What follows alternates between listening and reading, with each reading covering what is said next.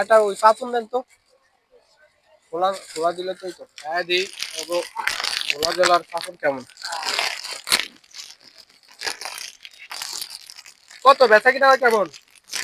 বেচা কিনা এখন কম। কম? যারে দিকে হে কম কিও এত কম কা? আরে শুক্রবার আজ তো বেশি হওয়ার কথা।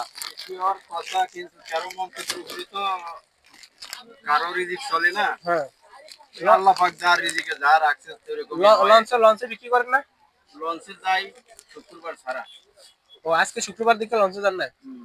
হ্যাঁ, কত 1200-1300 বা 2000 হয়? এই 800-900 টাকা, 1000-1200 টাকা হয়। 1200 হলে খায় কেমন?